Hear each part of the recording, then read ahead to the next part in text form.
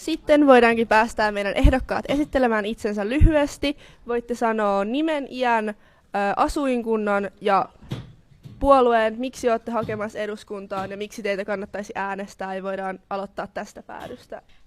Mä oon Iida Sanna-Pöllänen, mä oon 28-vuotias espoolainen ja oon ehdolla siis SDP:ltä. Ensimmäiset eduskuntavaalit itsellä edessä tai nyt tässä pyörimässä ja oon ollut Espoossa ennen ehdolla kuntavaaleissa. Toimin nuorisoasianjaostossa Espoossa sitten SDP:n edustajana. Miksi mä oon lähtenyt ehdolle on sen takia, että mulla on tosi tärkeää muuttaa meidän yhteiskunnan käsitystä turvallisuus- ja puolustuspolitiikan tekijöistä.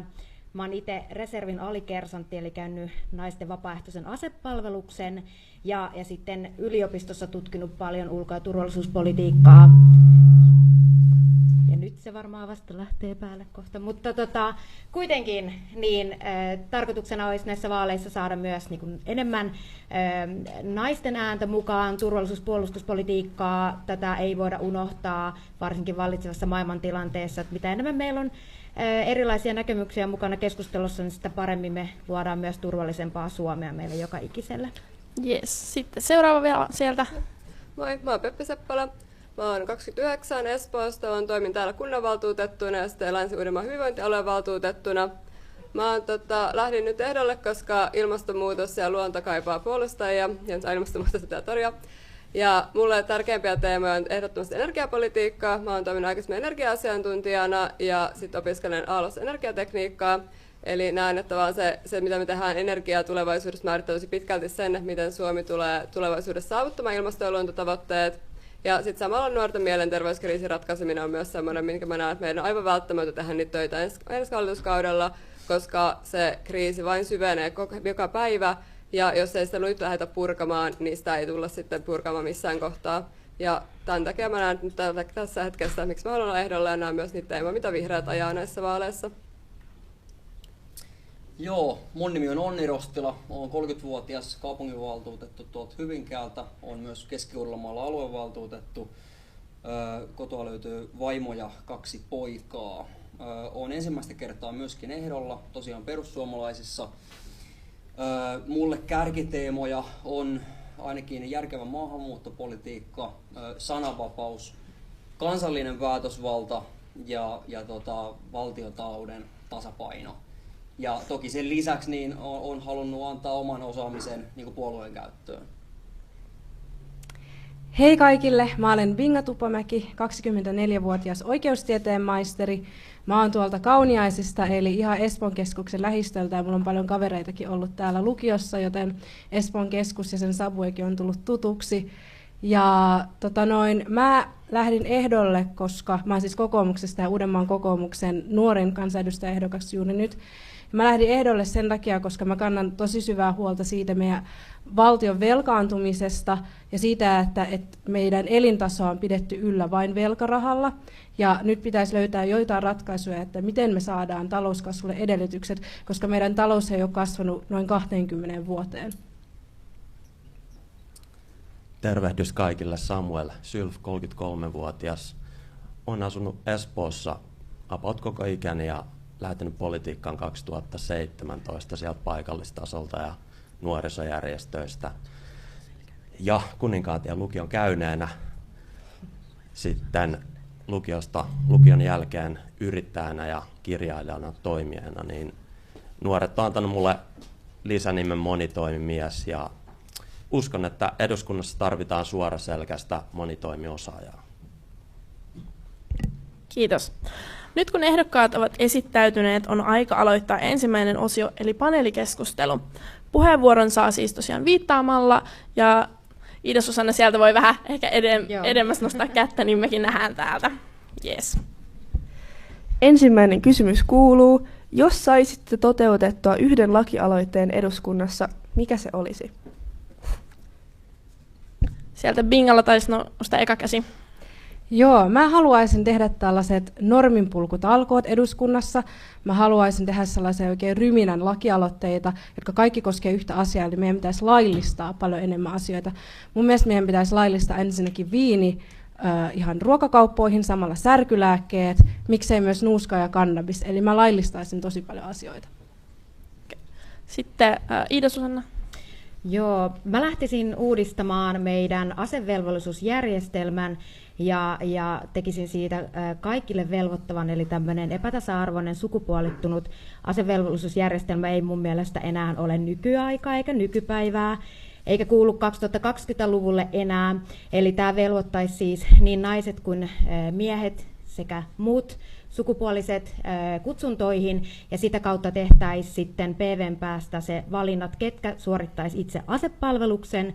Toki tämä sitten tarkoittaisi myös sitä, että mitä siviilipalvelukselle tapahtuisi, niin mä lähtisin viemään tätä vieläkin pikkasen pidemmälle, ja loput suorittaisi niin kutsutun kansalaispalveluksen, joka olisi tämmöinen niin kuin kriisinhallintataitoja ja arjen selviytymistaitoihin keskittyvä koulutus.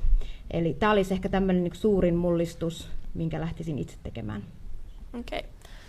Sitten Peppi. Joo. Mä haluaisin uudistaa meidän ydinenergialain. Sitä ollaan tällä hetkellä uudistamassa, mutta tällä hetkellä aikataulu on sillä tavalla, että se uudistuu vasta tämän vuosikymmenen loppuun, minkä tarkoittaa käytännössä sitä, että silloin Suomeen ei pysty oikeastaan tulemaan yhtään uutta ydinvoimahanketta ennen kuin se laki on maalissa, koska kukaan ei rupea tekemään investointeja alalle, jossa lainsäädäntö on epäselvää. Ja mä näen, että tämä uudistus olisi tärkeä, koska tällä hetkellä Suomi tarvitsee todella paljon lisää puhdasta energiaa, etenkin puhdasta sähköä.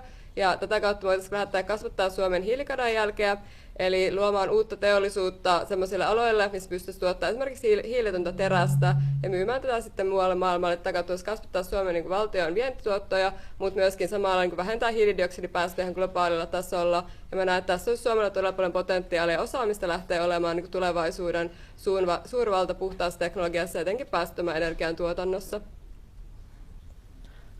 Sitten oliko vielä sieltä Samuel? Mä siirtäisin äänestämisen Web3-pohjaiseen järjestelmään, jossa saisi valita, että haluatko laittaa omalla nimellä sun äänen julki tai sitten anonymisoidusti. Ja ne, ketkä on julkaissut sen oman äänen, niin voi vaihtaa sitä hallituskauden aikana. Tämä tekisi muun muassa gallupeista ja spekuloinneista turhia, ja se vahvistaisi demokratian legitimiteettiä ja antaisi ihmisillä enemmän sitä tunnetta, että meillä on mahdollisuus vaikuttaa. Okay. Sitten vielä Onni.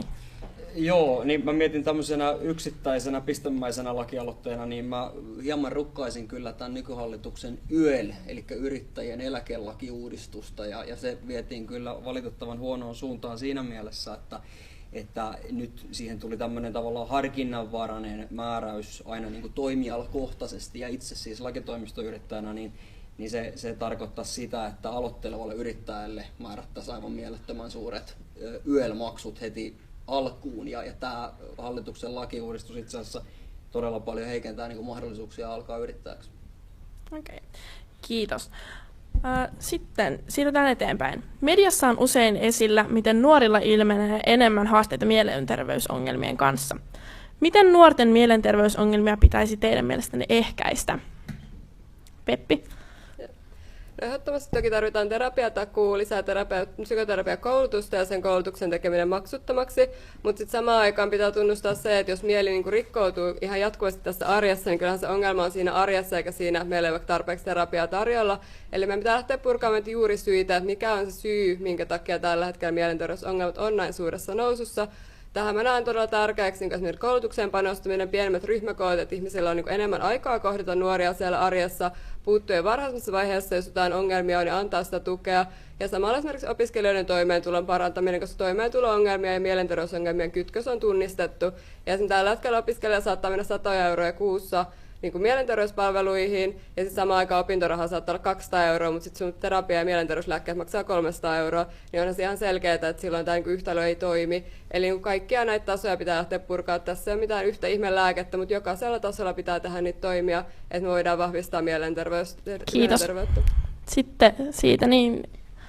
Joo, kiitos. Ihan tismalleen on samaa mieltä terapiatakuu ja koulutuksen panostaminen, mitä Peppi tässä nyt hyvin kuvasikin. Tähän päälle on myös ehkä huomion arvosta kertoa, että työuupumus on kasvavassa määrin nuorten keskuudessa tullut suureksi ongelmaksi, eli lähettäisiin myös sitä työelämään vähän purkamaan ja katsomaan, että missä siellä on ne juurisyyt siihen, että minkä takia nuoret uupuu myös työelämässä. Eli tarkoituksena olisi, että me saataisiin tavallaan sieltä nuoresta iästä lähtien rakennettua turvallinen ja hyvinvoiva elämä sille nuoren ihmisen alulle, aina sinne työn elämään ja siellä, että siellä jaksetaan pysyä. Eli tämä on niinku tämmöinen loppupeleissä koko niinku elinkaaren kattava työ, mutta et panostetaan nyt sinne niinku alkusyihin, sinne juurisyihin siellä nuoren ihmisen elämän alkuvaiheilla, niin me päästään tässäkin eteenpäin. Kiitos. Sitten Samuel. Terapian lisäksi pitää muistaa, että hyvä keskustelu ja yhdessä tekeminen, ne ovat yhtä parasta terapiaa. Mä oon lisäksi huomannut sellaisen uuden ilmiön, jossa vanhempia pitäisi erityisesti tukea siinä, että miten he ymmärtää nuoria. Usein käy niin, että vanhemmat putoaa kärryiltä siitä nuoren kehityksestä nykyään ja sitten vanhempien osalta he laittaa painetta nuorta kohtaan, jolloin se on periaatteessa henkistä väkivaltaa ja sitten tämän kautta se nuoren mielenterveysongelmat laukeaa. Sitten Onni. Joo, nämä on tärkeitä pointteja, mitä tässä tuli, mutta mä nostaisin semmoisen esiin vielä vähän erilaisen näkökulman, eli ihan tämä fyysinen jaksaminen, liikunnan ja unen merkitys, että esimerkiksi Norjassa käsittääkseni on semmoinen systeemi, että peruskoulusta lähtien on vähintään tunti liikuntaa joka päivä ja meidän pitäisi Suomessakin mennä enemmän siihen suuntaan, tavallaan tunnustaa ne ihan perusasiat sen suhteen, että mikä on se niin kuin riittävän liikunnan ja unen ja tällaisten asioiden merkitys, että terve sielu terveessä ruumissa. Kiitos. Seuraavaksi heikentyneet oppimistulokset ovat nousseet viime aikoina otsikoihin. Pitäisikö teidän mielestänne koulutuksen määrärahoja kasvattaa vai leikata? Ja sitten mistä rahat, jos kasvattaa? Seppälä. Kiitos. Ehdottomasti pitäisi kasvattaa koulutuksen määrärahoja. Tällä hetkellä viime hallituskaudella tehtiin koulutusleikkauksia, jotka näkyy edelleen. Niitä on tällä hallituskaudella pyritty paikkaamaan, mutta ei vielä riittävällä tasolla. Eli tällä hetkellä meidän pitää laittaa enemmän rahaa koulutukseen ihan sen takia, että meillä on tällä hetkellä huutava työvoimapula ihan kaikilla aloilla Suomessa.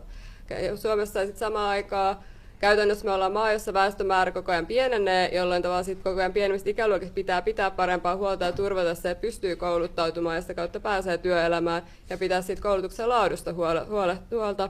Koska Suomessa tällä hetkellä koulutuksen taso ei ole noussut, eli meillä on saman verran korkeakoulutettuja kuin vielä 40 vuotta sitten, ja kaikkialla muualla Pohjoismaissa se on noussut, eli me ollaan jäämässä globaalissa kehityksessä jälkeen korkeakouluttujen määrässä, ja mä näen, että tämä on Suomen yritystoiminnalla todella huono, että jos meillä ei ole tarpeeksi osaavaa työvoimaa, mutta samaan aikaan just tämä nuorten jaksaminen mielenterveys, niin se vaatii myös sitä, että siellä koulutukseen panostetaan, että siellä koulussa on aidosti aikaa kohdata nuoria ja tukea siinä oppimisessa jokaisen yksilöllisellä tavalla. Ja rahoittaisin leikkaamaan yritystuista, koska tämä on käytössä yrityksille tukea, me tarjotaan heille riittävää koulutettua työvoimaa. Kiitos. Sitten Tupomäki. Joo, mun mielestä tämä koulutuksen rahoituksen lisääminen tai poistaminen on liian mustavalkoinen kysymys. Ehdottomasti siihen pitää panostaa enemmän, mutta me ei voida vaan sanoa, että laitetaan lisää rahaa ja sitten katsotaan, mitä tapahtuu, vaan meidän pitää miettiä myös, että missä se raha on tarpeellista. Ja mä itse olen vähän kyseenalaistanut jopa joitakin OAJin pointteja, koska kun meidän isoin huoli on ollut toi oppimistulosten heikentyminen koko ajan, ja sitten ratkaisuksi niin ollaan tarjottu asiantuntijajärjestöiltä ja ammattijärjestöiltä sitä, että laitetaan lisää asioita, laitetaan 2-vuotista eskaria, oppivelvollisuuden pidentämistä, lisää resursseja, inkluusion, tällaisia. Mutta eihän näitä asioita ollut silloin 20 vuotta sitten, kun me oltiin koulutuksen kärjessä. Mun mielestä meidän pitäisi oikeasti miettiä, että mitä me tehtiin silloin 20 vuotta sitten oikein, ja sitten panostaa siihen. Ja yksi syy on varmasti se, että meidän peruskoulu on vähän silleen, että sitä ei ole rahoiteta tarpeeksi siinä mielessä, että on liian isoja ryhmäkokoja, ja mä ainakin haluaisin keskittyä nimenomaan sen peruskoulun kunnostamiseen koulutuksessa. Pöllänen. Kiitos.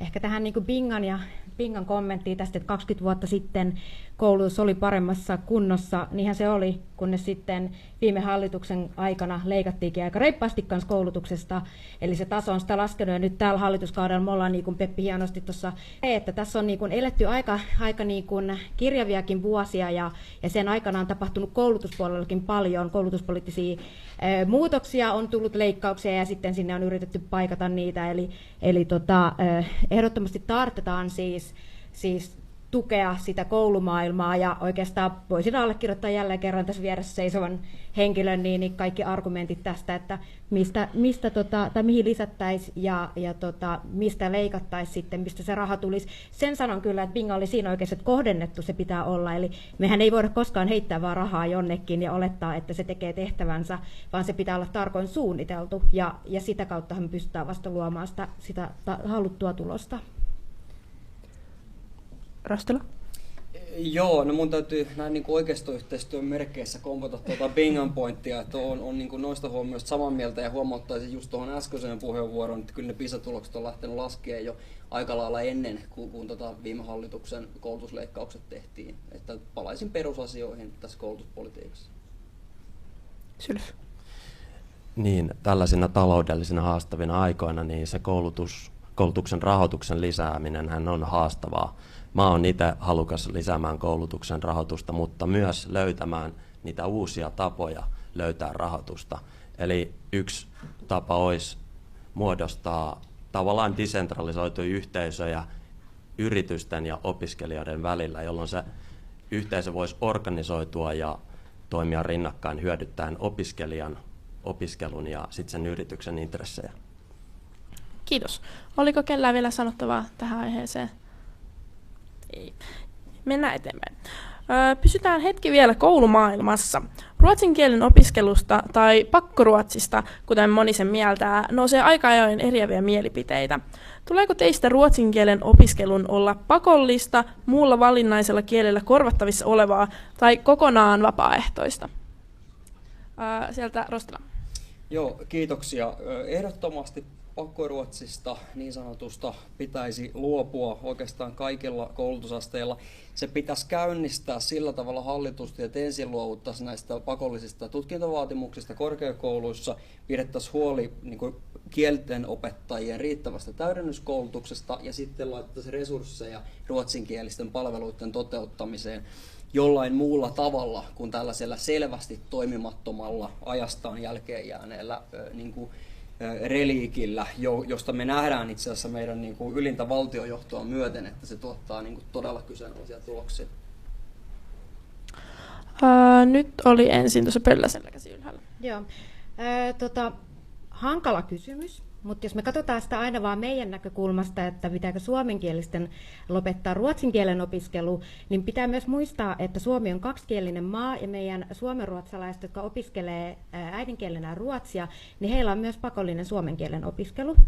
Eli tavallaan, jos me lähdetään siitä lähtökohdasta kaksikielinen maa, jossa palvelua pitää saada omalla äidinkielellään, niin voi sitten miettiä, että jos me lähdetään nyt tekemään näitä leikkauksia, niin missä vaiheessa se ruotsinkielisten palveluiden laatu alkaa heikkenemään, koska suomenkieliset, jotka ei enää haluakaan opiskella sitä ruotsin kieltä, niin missä vaiheessa pystyy enää tarjota sitä palvelua, jos heiltäkin lähtee suomen kielen opiskelu täysin pois. Et mun mielestä tämä ei ole ehkä niin selkeä mun mielestä tämä ratkaisu tähän, ja siihen pitäisi löytää tietyllä tapaa kompromisseja. Mä ymmärrän, että esimerkiksi itärajalla ihan henkilökohtaisesta kokemuksesta tiedän, että tuolla Itä-Suomessa opiskelevat, niin olisi mieluummin vaikka opiskellut venäjän kieltä, joka oli heille aikanaan paljon tärkeämpää, kun meillä oli myös niin kuin turismia sitä kautta. No, sitä ei tällä hetkellä ole, mutta mitä sitten joskus hamassa tulevaisuudessa. Eli sanotaan näin, että lähtisin ehkä muokkaamaan tätä pakollisuutta, mutta kyllä mun mielestä ruotsin kieli on silti tosi tärkeä osa meidän myös niin kuin kansallisidentiteettiä, että en lähtisi sitä sieltä poistamaan täysin. Kiitos. Tupamäki. Joo, siis Suomessa 5% noin puhuu äidinkielellä niin kuin ruotsia. Ja mun mielestä on aika erikoista, että me laitetaan kaikki suomalaiset sitten tällaisen koulutuspolun läpi, jossa ruotsi on pakollinen kieli. Ja mä ymmärrän ton huolen siitä, että toki he, joiden äidinkieli on ruotsi, niin ovat oikeutettuja saamaan palvelua ruotsiksi, mutta ei se sillä parane, että kaikki joutuu opiskelemaan ruotsia, jota sitten ei oikeasti edes osaa sen opintopolun jälkeen, vaan se menee sillä lailla, että ne ruotsinkieliset sattuu olemaan aika lailla siis alueellisissa klustereissa, niin mä luulen, että siellä, jossa oikeasti puhutaan ruotsia ja on oikeasti kaksikielinen ympäristö, kuten meillä Kauniaisessa, niin siellä myös on paljon enemmän ihmisiä, jotka haluavat ottaa tämän valinnaisen ruotsin kielen, niin mä en lähtisi millään tasolla pakottaa tätä, vaan mä luotan ihmiseen, että hän on tarpeeksi viisas valitsemaan, että mitä kieliä hän haluaa ottaa. Ja mä vielä lisäisin tähän itse kysymykseen, että mun mielestä se on vielä vähän väärä suunta sillä lailla, että me sanotaan, että ruotsin kieli pitäisi korvata jollain toisella kielellä. Mun mielestä meidän pitää erityisesti lukiolaisille, mutta miksei myös peruskoululaisille antaa myös vaihtoehtoja muidenkin asioiden kanssa, että ehkä sun ei ole pakko opetella niin montaa kieltä, että sä voit vaikka painottua vaikka fysiikkaan, yhteiskuntaan tai muuhun, että ei ne kielet ole itseisarvo. Siellä oli Seppälällä äsken jo käsi ylhäällä. Joo, olen kyllä hyvin eri mieltä tästä, että kieliä ei pitäisi tuolla opettaa ja tukea sitä, että kieliä opiskeltaisiin vähän enemmän. Tällä hetkellä se englannin valta-asema näkyy todella selkeästi ja mä ymmärrän sen itsekin tosi hyvin, mutta sitten samaan aikaan, jos miettii pohjoismaista yhteistyötä, niin siellä taas Ruotsi on todella merkittävässä asemassa ja Suomi kuitenkin on osa pohjoista yhteisöä. Niin jos mietitään tavallaan isommin kun mennään yrityselämään muuhun, niin sillä Ruotsilla alkaa oikeasti olla enemmän painoarvoa kuitenkin kansainvälisissä yhteistöissä. Ja sitten samaan aikaan mä olen siis samaan Iidan näkemyksiä siitä, että tämä on oikeasti aika vaikea. Tavallaan se yrke, että tässä on vähemmistökysymys ja siinä tavallaan tulee se tarve pitää huolta siitä, että palvelut pystytään turvaamaan. Näen, että just sitä, jonkin verran pakollisuutta voitaisiin purkaa, ehkä niitä tuntimääriä tarkastella, mutta myöskin se, että kielten opiskelun kannustaisi muuten enemmän yhteiskunnassa näkisin paljon tärkeämpänä panostuksena. Et esimerkiksi nyt pääsykokeissa, jos hakee yliopistoon ja muuten niissä pisteissä, niin kielten opiskelustahan saa aika huonosti pisteitä, jos hakee yliopistoon. Tai muuten jatko-opintoihin näkisin, että tässä olisi niitä paikkoja myös parantaa sitä, että se olisi relevantimpaa opiskelua kieltä. Tällä hetkellä yliopistossa näkyy, jos nyt opiskelee saksaa, niin sä et itse hyödy siitä, että sä oot opiskellut lukiossa jo saksaa, vaan että se on hyödyllisempää opiskella matematiikkaa. Ja mun mielestä tämä ei ole millään tavalla järkevää, vaan pitäisi vaan palauttaa sitä, että kielellä on edelleen tarvetta ja pitää opiskella ja pitäisi kannustaa siihen, että se on mahdollisuutta niille, ketkä sitä haluaa tehdä. Kiitos. Sitten Sylf. Mun näkemyksen mukaan on parempi, että siellä ruotsin tunnilla on motivoituneita opiskelijoita alusta alkaen, kun se kieli olisi valinnainen. Sen voi korvata toisella kielellä tai jättää pois. Mä oon enemmänkin valinnanvapauden kannattaja kuin minkään yksittäisen kielen puolustaja. Kiitos. Mulla on vaan muutama huomio vaan. Ihan lyhyesti, anteeksi kun otan tämän puheenvuoron näin. Mun mielestä siis, tässä just mainittiin pohjoismainen yhteistyö, mutta kyllä se pohjoismainen yhteistyö, mitä ainakin itse olen nähnyt, niin tehdään aika lailla englanniksi, koska ei ruotsin, norjan ja tanskan kielen osaajat, niin ei ne hirveästi kommunikoi niin sanotusti ruotsiksi. Totta kai ruotsista voi olla apua siinä, että ymmärtää keskenään, mutta kyllä aika paljon tehdään myös englanniksi sitä yhteistyötä. Ja sitten myös mun tietääkseni niin kyllä pitkistä kielistä saa aika hyvin niin pisteitä noissa yliopistohauissa. Te tiedätte varmaan paremmin kuin minä, mutta ainakin mun aikana sai pisteitä niistä ihan hyvin. Mutta lyhyistä kielistä ei ehkä niin paljon, ja se johtuu täysin siitä, että ne on pienempiä kursseja.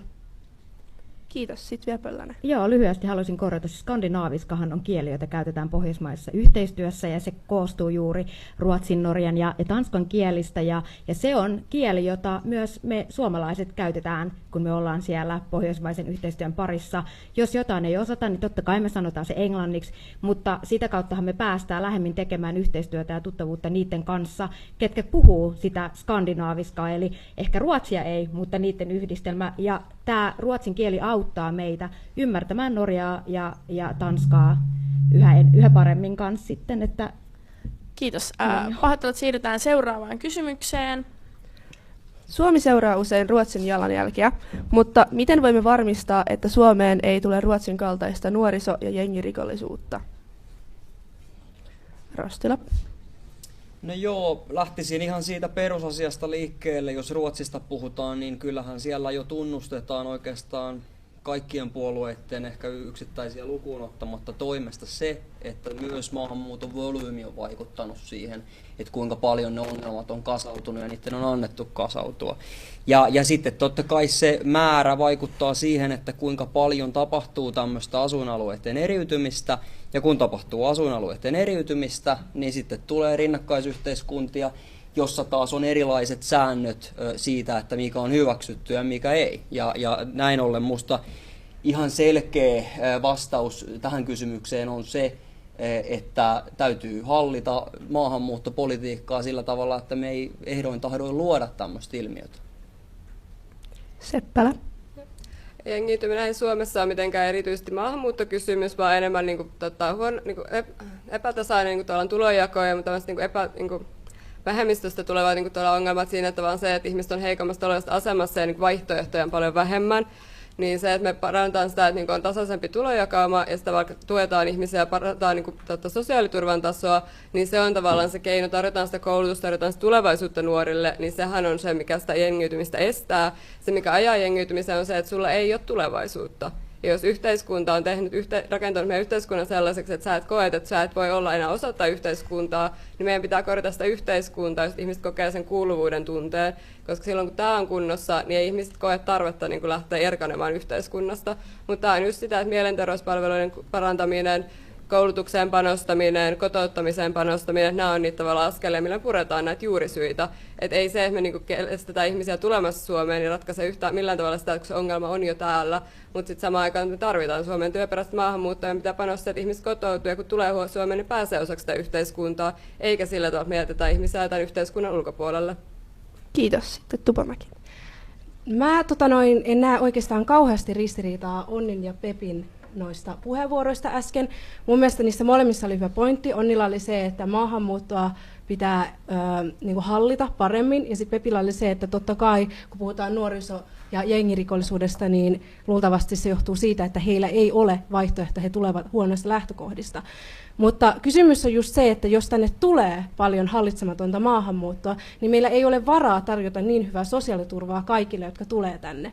Niin sen takia Suomella on tavallaan kaksi polkua. Yksi on se, että rajat enemmän auki, tai kaksi parempaa sosiaaliturvaa. Ja sitten tästä pitää mun mielestä valita. Ja se on mun mielestä vastuutonta poliittisilta päättäjiltä sanoa, että me voidaan valita molemmat, vaikka se on yksi tai toinen. Sylf. Tässä oli valideja pointteja. Tämähän on yksi Uudenmaan tämmöinen ongelma, tai sitten Uusmaa on se riskialue.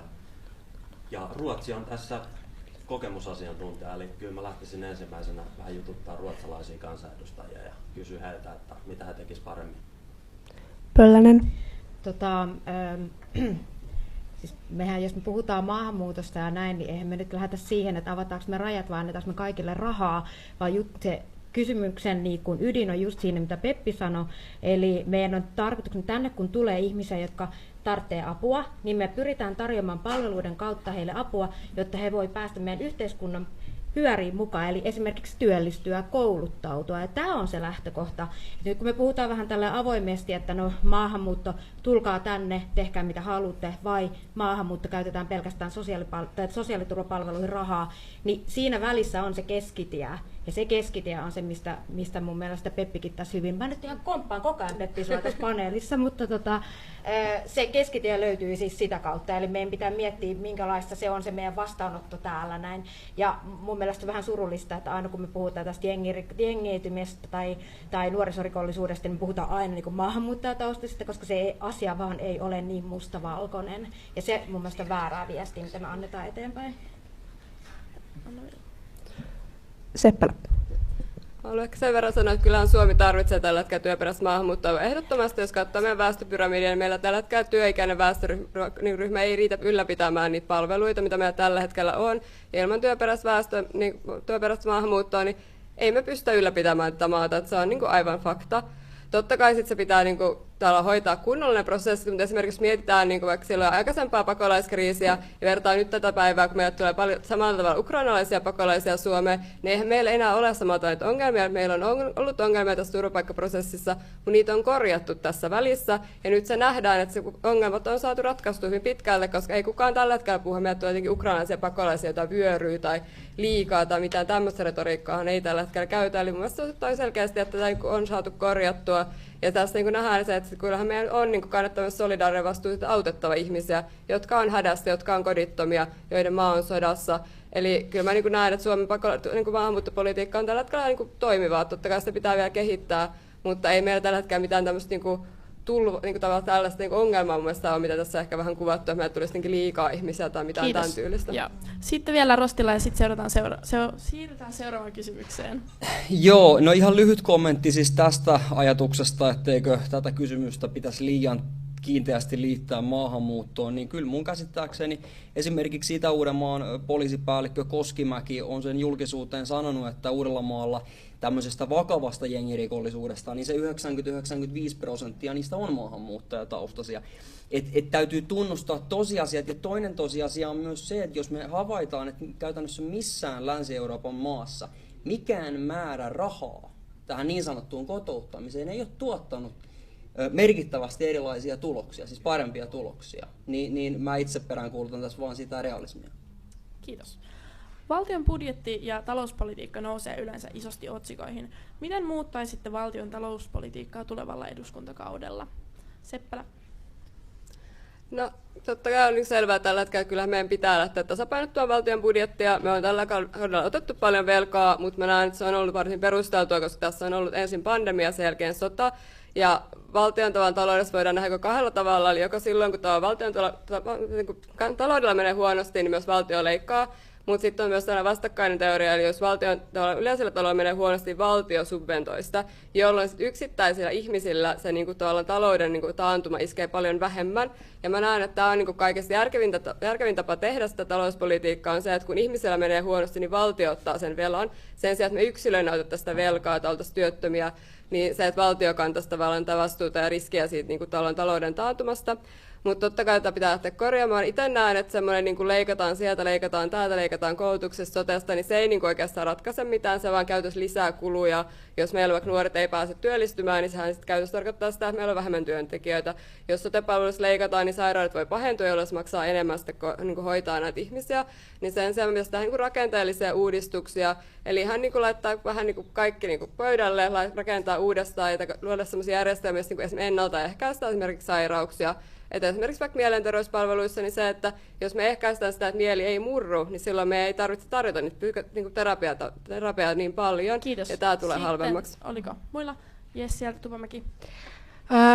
Peppi nosti tosi mielenkiintoisen just teorian, siis tämä talousteoria, että kun menee huonosti, niin sitten valtio subventoi, antaa lisää rahaa, ja sitten kun menee hyvin, niin valtio leikkaa. Mutta ongelma tässä on se, että Suomessa ei ole ollut talouskasvua sitten vuoden 2008. Eli meillä on mennyt koko ajan huonosti, ja valtio on kuitenkin vaan antanut lisää rahaa ja ottanut lisää velkaa.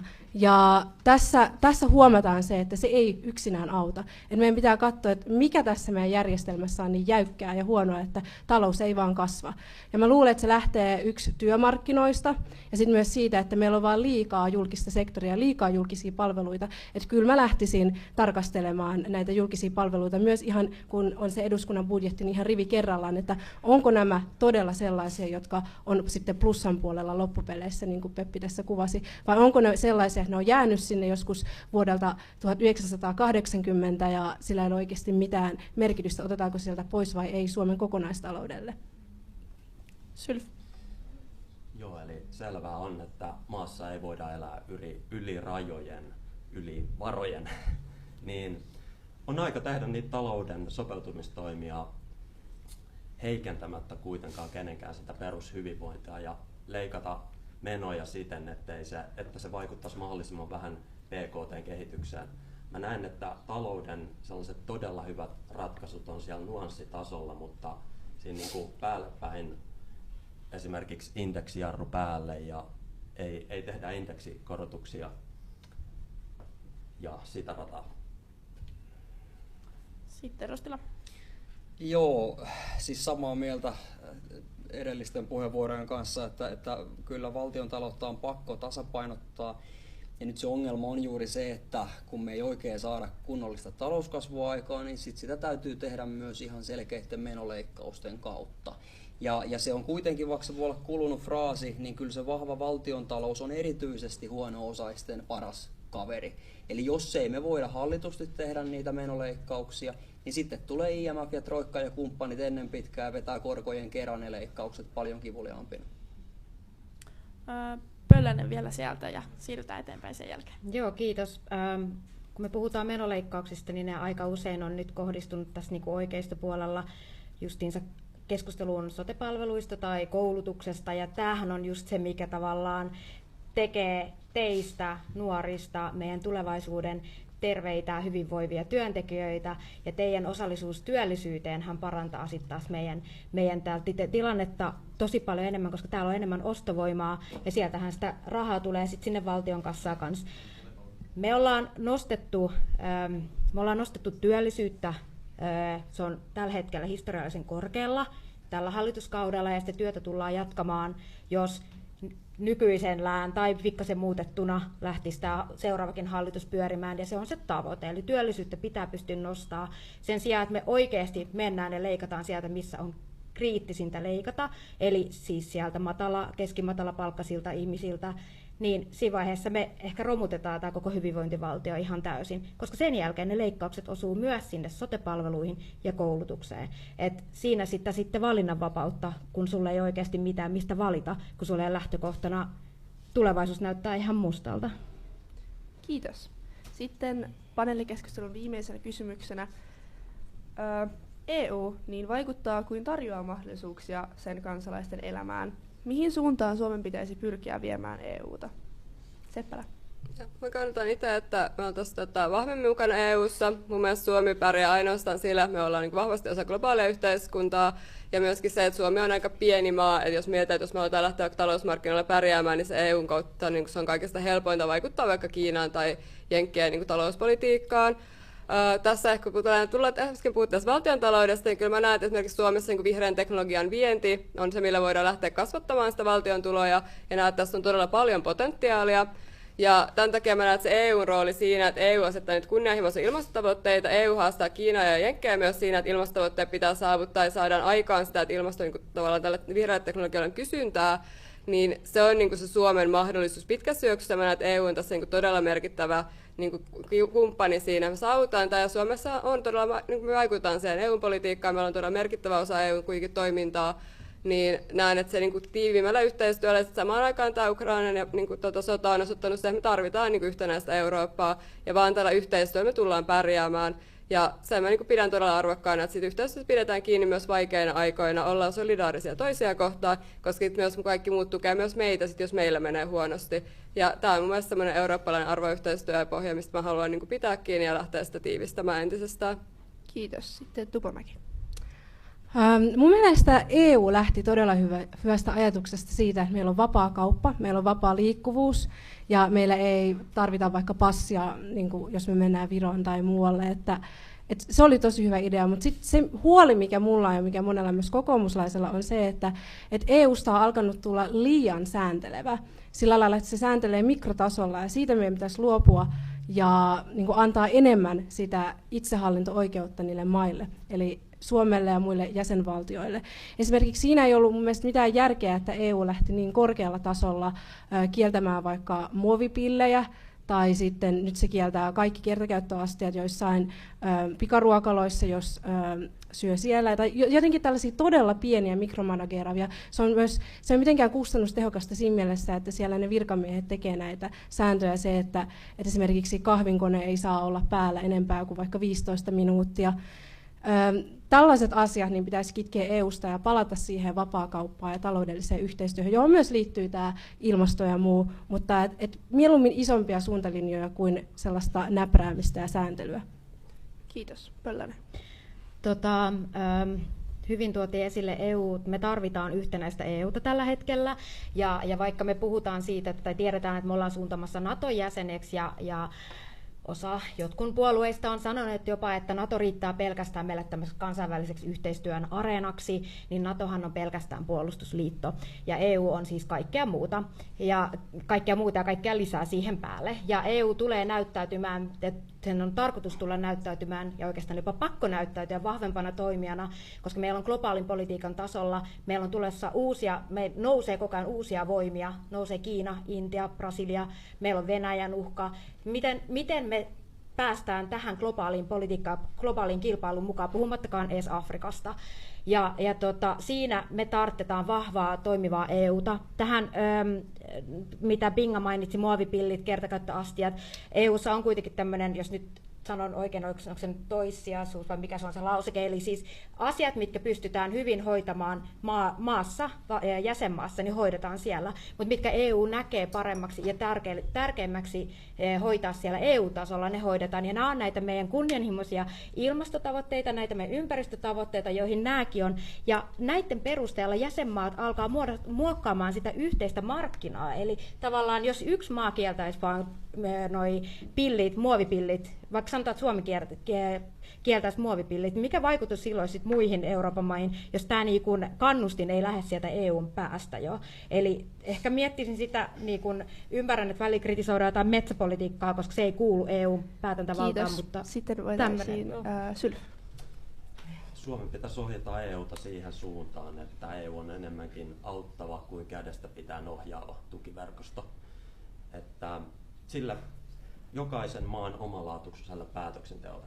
Vaikka esimerkiksi Suomen metsät, niin on syytä säilyttää itsenäisesti Suomen päätäntävallan alla. Sitten vielä Rostila. Joo, siis korostaisin sitä kansallisen päätösvallan merkitystä ja ennen kaikkea tämmöisen pienen jäsenvaltion strategista etua siihen, että ei esimerkiksi luovuta näistä yksimielisyyspäätöksistä. Et huolestuneena vaan voi seurata sitä suuntaa ja vauhtia, millä Euroopan unioni liikkuu tämmöiseen tulonsiirtounioniin, jossa ei käytännössä sitten taloudenpidon niin kuin tavallaan moraalikadosta välitetä. Ja se on nimenomaan pienelle maalle myrkkyä. Ja sitten tämä läheisyysperiaate, mihin tässä viitattiin, niin kyllä EU myös siitä aika lailla lipsuu myös näissä metsäasioissa, mikä on meille tosi tärkeä kansallinen luonnonvara, niin sitten jotain niin kuin kyökin kautta ikään kuin tuodaan se kontrolli sieltä esimerkiksi näissä ilmastokysymyksissä metsäasioihin. Viimeinen kommentti vielä Tupamäeltä ja sitten siirrytään eteenpäin. Joo, yksi asia, mitä just tässä ei vielä mainittu ja mikä on pakko, kun puhutaan EUsta tuoda esille, on se niin kuin talouspolitiikka ja sitten tämä sosiaalipolitiikka, eli että onko Suomi valmis maksamaan kuinka paljon muiden maiden velkarahoja. Eli että kun oli tämä koronapandemia, oli tämä niin sanotusti poikkeuksellinen yhteisvelka, niin minua ainakin pelottaa se, että EU menee enemmän tällaisen yhteisvelan puolelle, vaikka sitä lupailtiin, että se on viimeinen yhteisvelka, ensimmäinen ja viimeinen yhteisvelka. Mutta mun mielestä, jos me lähdetään enemmän liittovaltiokehitykseen, niin se voi tarkoittaa sitä, että meidän pitäisi yhdenmukaistaa koko EUn tasolla niin kuin meidän sosiaalipolitiikkaa, ja että esimerkiksi Kreikassa ja Italiassa pitäisi olla samanlainen sosiaaliturvan taso kuin Suomessa, mutta ehkä suomalaiset joutuu jopa maksamaan näiden eteläjäsenvaltioiden sosiaaliturvan siellä. Kiitos. Kiitos kaikille ehdokkaille näkemyksistä ja hyvässä keskustelusta. Nyt me siirrytään seuraavaan osioon, eli kyllä vai ei -osioon. Ja se toimii siis silleen, että me esitetään kysymyksiä ja te saatte ehdokkaat vastata perustelematta, kyllä tai ei. Vihreä on kyllä ja punainen on ei. Ja aloitetaan kysymään. Yes, eli tämmöinen harjoituskysymys. Ymmärsihän kaikki ohjeet? Yes, loistavaa. Okei. Verojen nostaminen on parempi ratkaisu kuin palveluista leikkaaminen. Polttoaineveroa pitäisi laskea.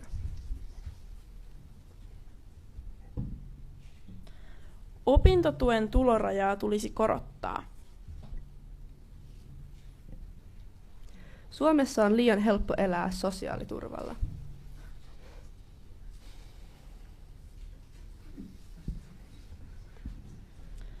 Työperäistä maahanmuuttoa pitäisi lisätä.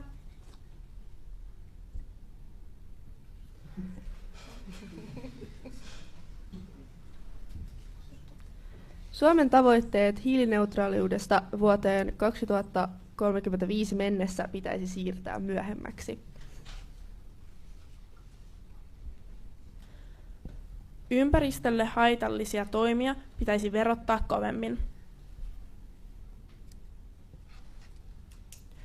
Ympäristön kustannuksella kriisien aiheuttaman taloustilanteen elvyttäminen on oikein. Tosiaan siis, että jos teidän mielestä ympäristön kustannuksella elvyttäminen on oikein, näyttäkää vihreätä, jos se on väärin, niin näyttäkää punaista.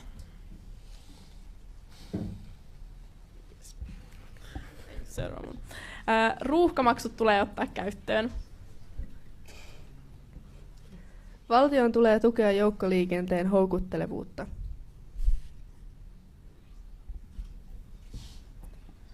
Toisen asteen uudistus oli hyvä asia, esim. Maksuton toinen aste ja laajennettu oppivelvollisuus. Suomen pitää odottaa Ruotsia NATO-prosessissa.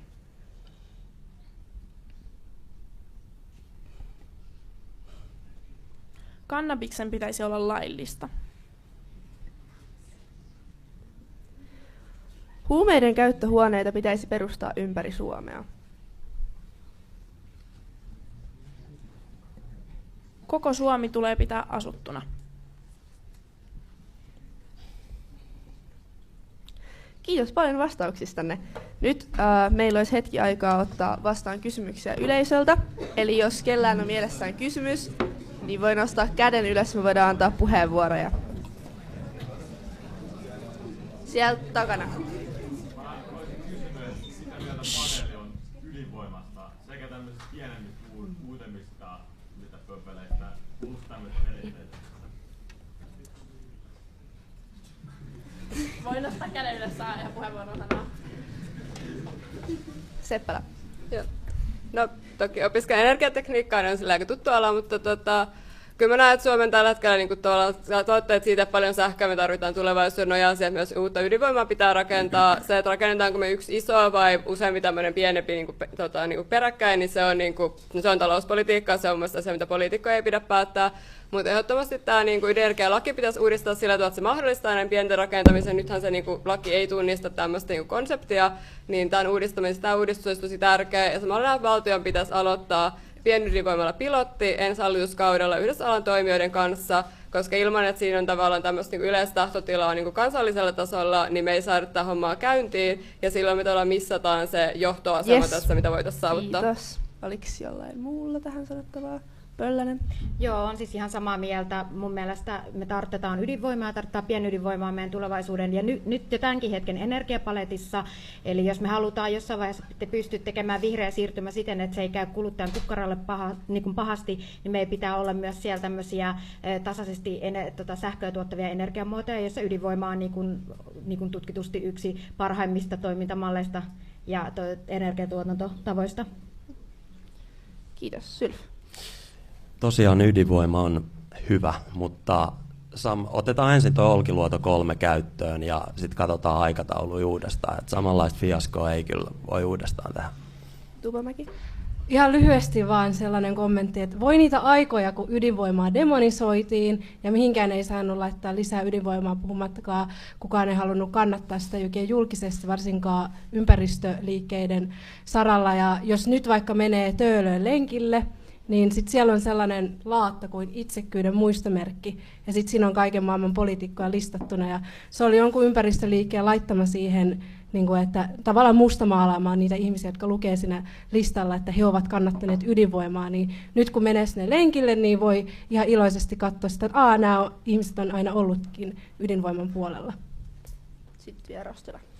Joo, siis ehdottomasti jos ja kun me halutaan nopealla aikataululla niin päästötöntä energiantuotantoa, niin ydinvoima on siinä keskeisessä roolissa. Ja sitten kun näiden perinteisten ydinvoimalaprojektien läpivieminen tosiaan, niin kuin edellä viitattiin, voi kestää hyvinkin kauan, niin siinä mielessä mä itse mietin sen vuoden 2035 hiilineutraaliustavoitteen realismia, että meidän pitäisi nimenomaan sitä ydinvoimaa saada lisättyä, ja se ei onnistu ihan kädenkäänteessä. Kiitos. Sitten siitä edestä. Joo, niin nythän on käynnissä tämä niin terveydenhuoltoalan niin laaja hoitajapula, että mikä olisi teidän ratkaisu siihen? Eli mä toistan vielä, että striimikin kuulee. Eli mikä olisi panelistien mielestä ratkaisu tämänhetkiseen hoitajapulaan? Sieltä Seppälä. No totta kai koulutusmääriä pitää niin saada sitä koulutusta houkuttelevaksi, mutta samaan aikaan kyllä se ihan selkeä, että työolot on se, mikä meillä on tällä hetkellä suurin ongelma. Eli ihmiset on lähtenyt pois alalta. Meillä on ihan osaavia henkilöitä, mutta he ei halua työskennellä joko Suomessa tai sitten terveydenhoitoalalla. Tällä hetkellä niin palkkausta pitää tarkastella, sitä pitää ihan selkeästi nostaa. Sitten samaan aikaan se, että meillä on niin enemmän työntekijöitä siellä, koska nyt ne vuorot on todella kuormittavia. Ja tavallaan ihan näkee ihan selkeästi alalla, mä oon itse tosiaan hyvinvointialuevaltuutettu, niin siellä jos yksikössä on tavallaan hyvä tilanne, niin ihmiset kuormittuu vähemmän, he jaksaa olla siellä. Mutta jos se heti kun rupeaa tavallaan se tippumaan se paljon, jos meillä on siellä henkilökuntaa, niin se tavallaan siellä vähemmälle henkilökunnalle tulee enemmän paineita, jolloin sitten he kuormittuu, he saattaa saada burnoutin, heitä vaan ei pysty enää jatkamaan siinä yksikössä. Eli ihan selkeästi työoloja ja palkan parantaminen. Sitten, oliko sieltä Sylf?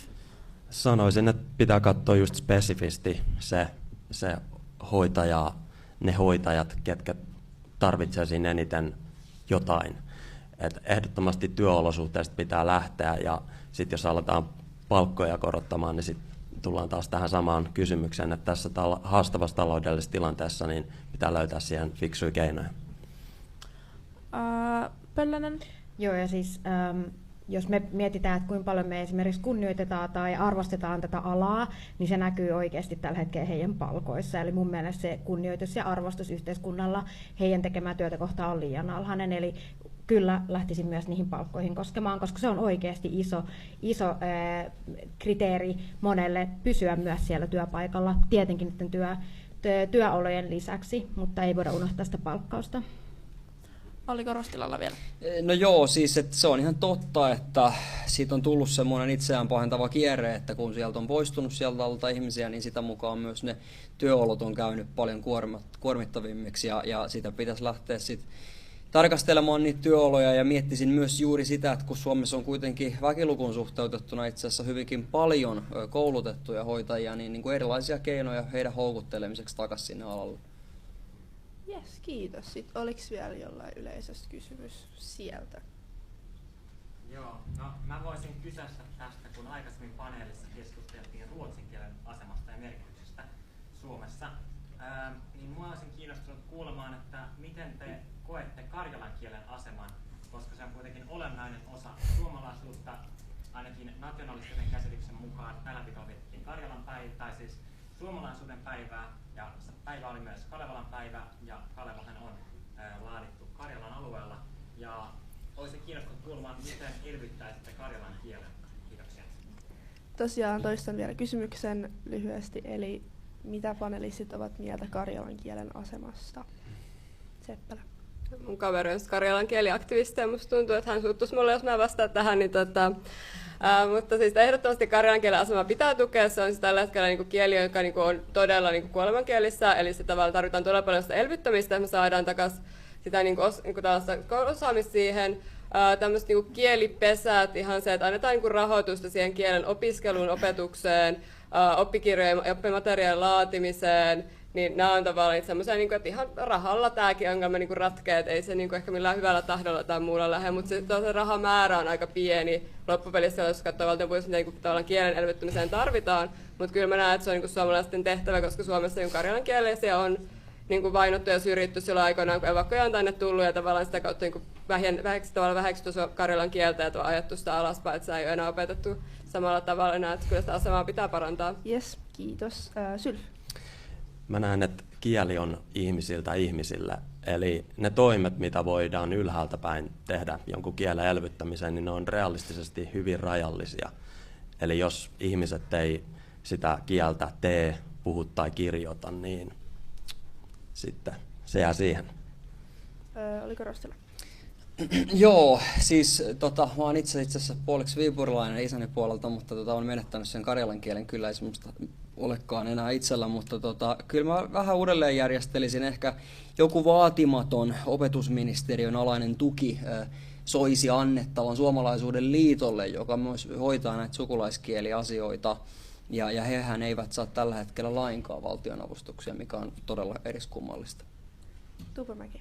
Joo, tuossa oli tosi hyvä konkreettinen pointti, ja mä jatkan täällä konkreettisen pointtien linjoilla, niin niin yksi on se, että sen karjalan kielen tietoisuutta pitää lisätä myös niin kuin peruskouluissa. Mä luulen, että mulle ainakin, kun mä olin lukiossa, niin vasta silloin ekaa kertaa pääsi tutustumaan suomen sukulaiskieliin ja karjalaan.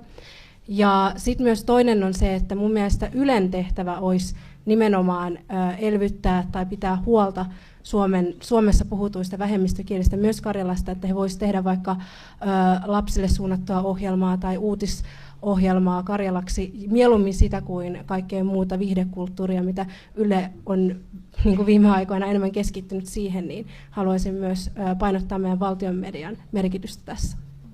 Sitten Pöllänen. No oikeastaan Binga vei mun tämän vastauksen, eli tämä niinku tietoisuus tästä karjalan kielestä. Ylipäätänsä ehkä tietoisuus yhteiskunnassa laajemmin siitä tilanteesta, mikä näillä kielillä on, vähemmistökielillä, mitä toimia ehkä tarvittaisiin siihen. Eli mun mielestä niin kuin yhteiskunnallinen keskustelu ja sitten jonkinlaisia tukia sinne suuntaan. Ja Yle ehdottomasti, mutta jos Ylestä ollaan leikkaamassa, niin onhan se vähän vaikeaa sieltä nyt lähteä sitten tarjoamaan lisää palveluita. Että tässä kanssa ehkä mietinnässä, että kannattaako Yleltä leikata niin paljon. Kuinka tärkeää teidän mielestä on niin kuin Suomen talouden kannalta saada ulkomaisia investointeja Suomeen, ja jos on tärkeää, niin miten niitä saadaan? Eli kuinka tärkeää on saada ulkomaalaisia investointeja Suomeen ja miten niitä saadaan? Siitä Seppälä. No, ehdottomasti pitää saada. Suomihan tällä hetkellä aika pääomaköyhä maa. Meillä on verrattuna Ruotsiin, niin meillä ei samalla tavalla ole niin kuin maan sisällä niin pääomaa tehdä näitä investointeja. Toistan itseäni, mutta tavallaan tämä energiapolitiikka, mä näen, että siinä on niin kuin todella iso tavallaan se murros käynnissä. Ja just tämä, että jos meillä on todella paljon puhdasta fossiilitonta sähköä saatavilla, joka on niin kuin vakaan hintasta, niin se houkuttelee tänne tällä hetkellä ihan merkittäviä investointeja. Tällä hetkellä just Espooseen ollaan rakentamassa datakeskusta, joka tuottaa sekä siis kaukolämpöä, että sitten on se, niin se datakeskusta kautta tuo Suomen investointeja. Sitä SSAB:n terästehdas, joka on ihan niin miljoona investointia, se on vähentämässä Suomen kokonaispäästöjä 7%, jos se lähtee käyntiin. Kiitos. Niin, tämä. Sitten Tupamäki.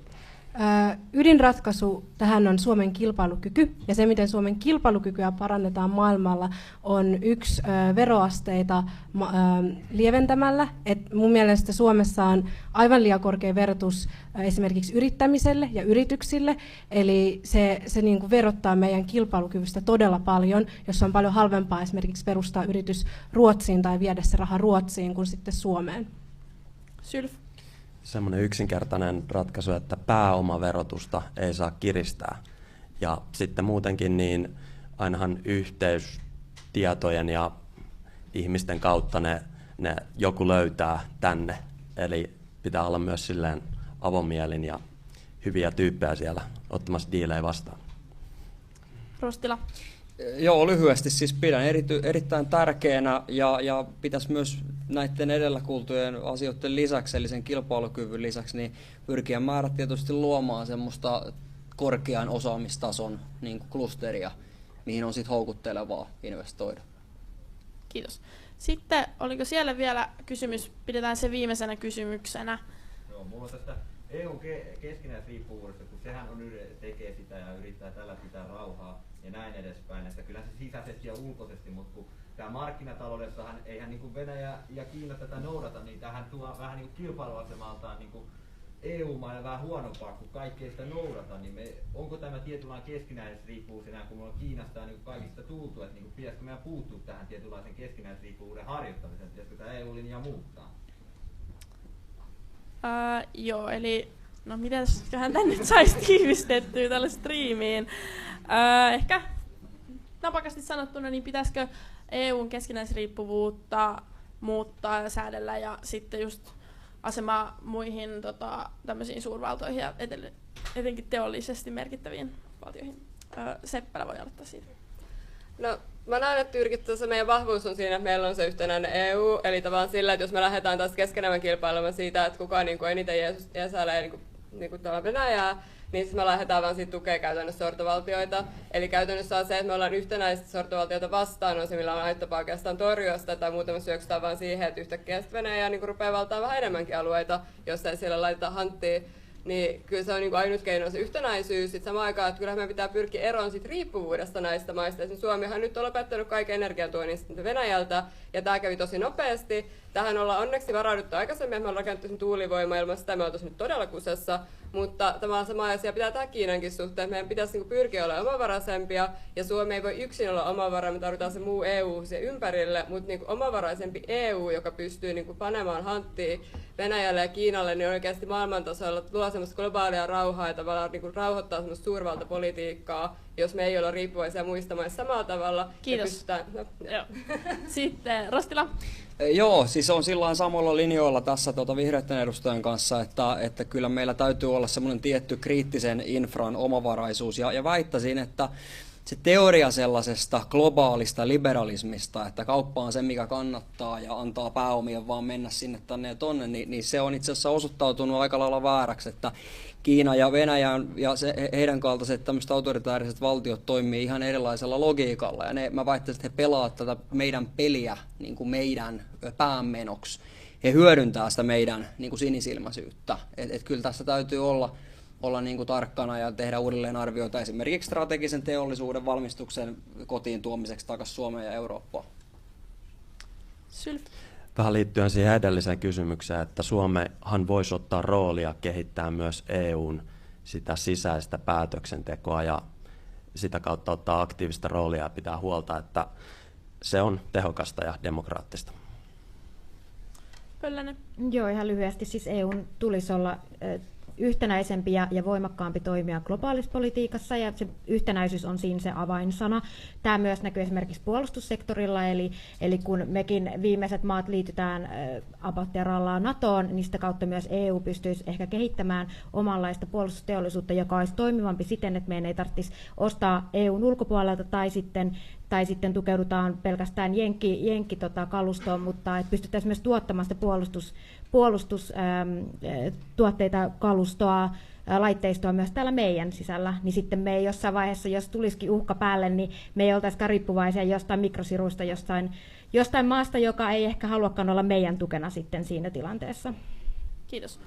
Tupamäki vielä siitä. Niin Joo, todella lyhyesti, niin mihin tämänkin paneeli ehkä voi päättää, on se, että eettisyys on yksi kilpailuvaltti.